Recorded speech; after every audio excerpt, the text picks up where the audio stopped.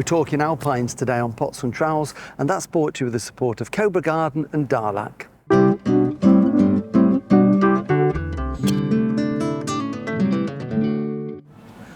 Hello and welcome to Pots and Trowels. Well, one group of plants that we've not really covered on Pots and Trowels is Alpine. So we thought this would be a great opportunity. We're at a show, and as you can see, there's this amazing Alpine display behind me. So I'm going to catch up with Mark from Skerne Alpines just to find out a little bit about these really interesting plants. So, hello Mark. Hello Martin. So first of all, congratulations, lovely display you've done here, and you've done something very different to a normal Alpine display by doing this amazing vertical wall. Yes, thank you. This really came about by, we've done quite a few shows now, and people were just literally walking past. These are rockery plants, and we don't have room for a rockery.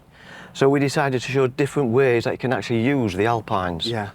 Because they're great, aren't they? Because any garden can grow them, and you don't need a big garden if you've only got a patio or a balcony. You a can small grow trough a few is enough. Yeah. Yes. So Alpines then, I mean, do they all come from Alpine regions? What is the definition of an Alpine plant? According to the RHS, an Alpine is a plant that normally grows above the tree line on mountains, and they define it as above 2,000 feet. Right.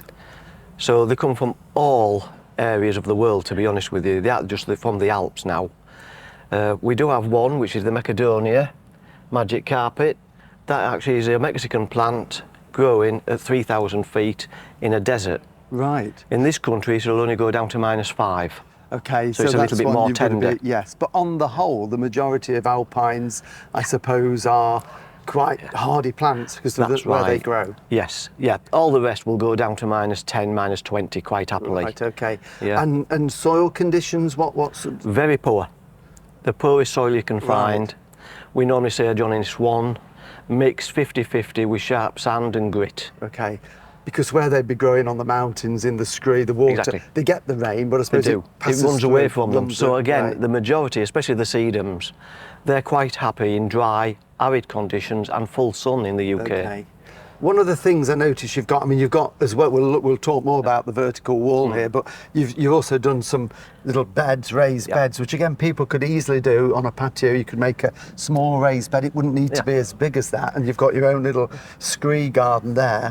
And, you know, just talk us through some of the plants, because sedums are ones that are featuring quite a bit in this bed just here. Yes, yeah, this is little Missy. She looks tender. She isn't.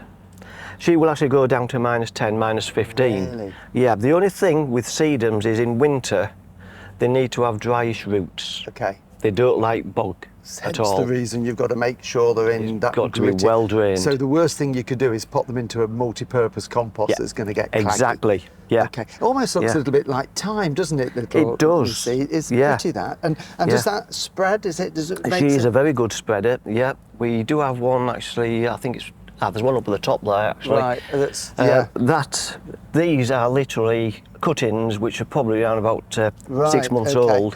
And that one is nearly a year. Okay, and they come in all different shapes and sizes. You've got these tiny leaves, then you've got these that are almost succulent, aren't they, in texture? Yeah, this one, with this sort of leaf, there's blue cushion, and we've got lemon balls as well. They will actually grow under conifers. Right. I actually took a conifer down for one of my colleagues, and underneath there was blue cushion there in full flower with no sunlight whatsoever. Right.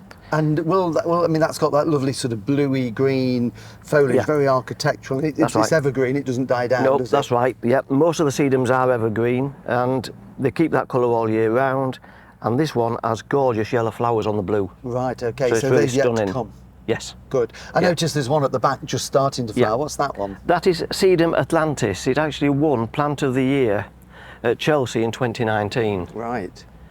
And we grow those now from cuttings, and we just can't keep it in stock, to be honest. It is a pretty really plant, isn't it? Ideal for sort of that low ground cover there. And they work really well together. And, you know, by putting a few pieces of stone in there, a bit of rock, and then this lovely top dressing of grit, that gives it that real alpine feel to it. Yeah, we've actually done raised beds at our nursery to display some of our plants. Yeah. And obviously there, we're not transporting them around, so we can actually use the large rocks in it. Right. Obviously with this, it'll be a portable system. Exactly. You We've can't got to get be all careful what those we put on the van. on your moped and sidecar. Yeah, exactly. exactly. Yeah. So let's go back to this, because this has appeared this year. I've seen you at various shows. Yes. I think you did the Harrogate show with it, the That's Great Yorkshire show, and yeah. So its first outing was actually at Harrogate Spring Show. Yeah, and here you've got it at Chorley. Yeah. So what's the whole idea of that? Is it, as you say, to give people ideas that you don't need a garden? Exactly.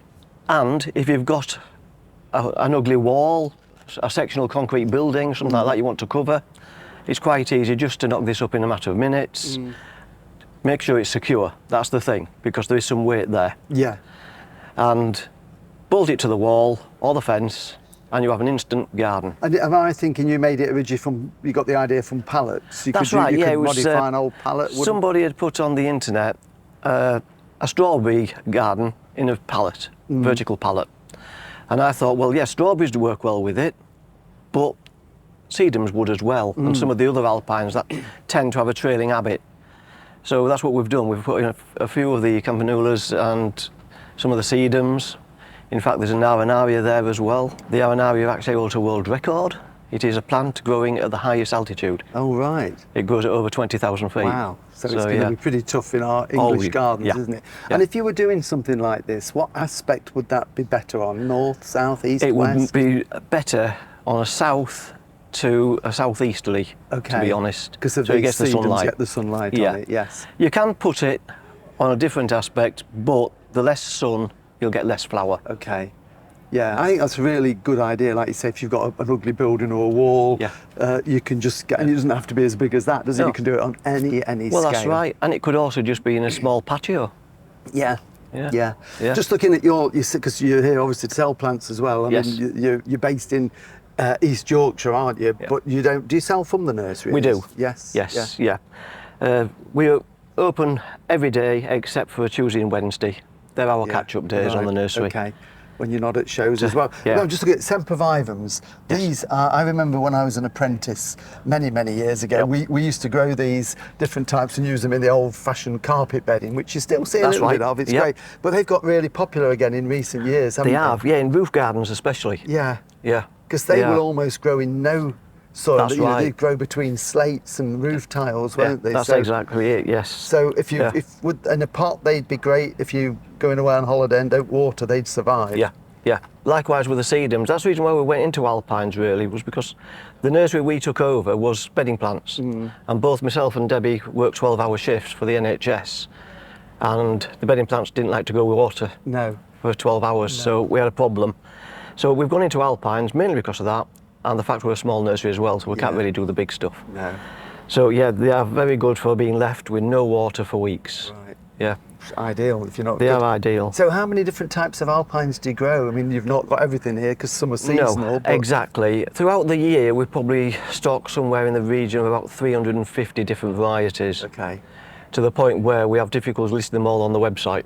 Right. Yeah. So yeah, we just list them now under the common heading of the genus. And you know, I suppose, although here we are late summer now, so we're waiting for the sedums to come in flower. Yeah. There's a lot of spring flowering ones. That's right. So you can get colour for much of the year. Yes. Yeah.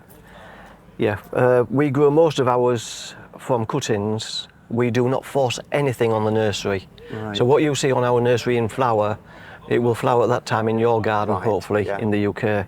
That's great. Yeah. Well, congratulations on your award as well, gold medal. Yes, thank you very much. That's going to give lots of people some really good ideas for growing alpines in different ways. Give them that inspiration they need. So thanks for having a chat. No, thank you very much.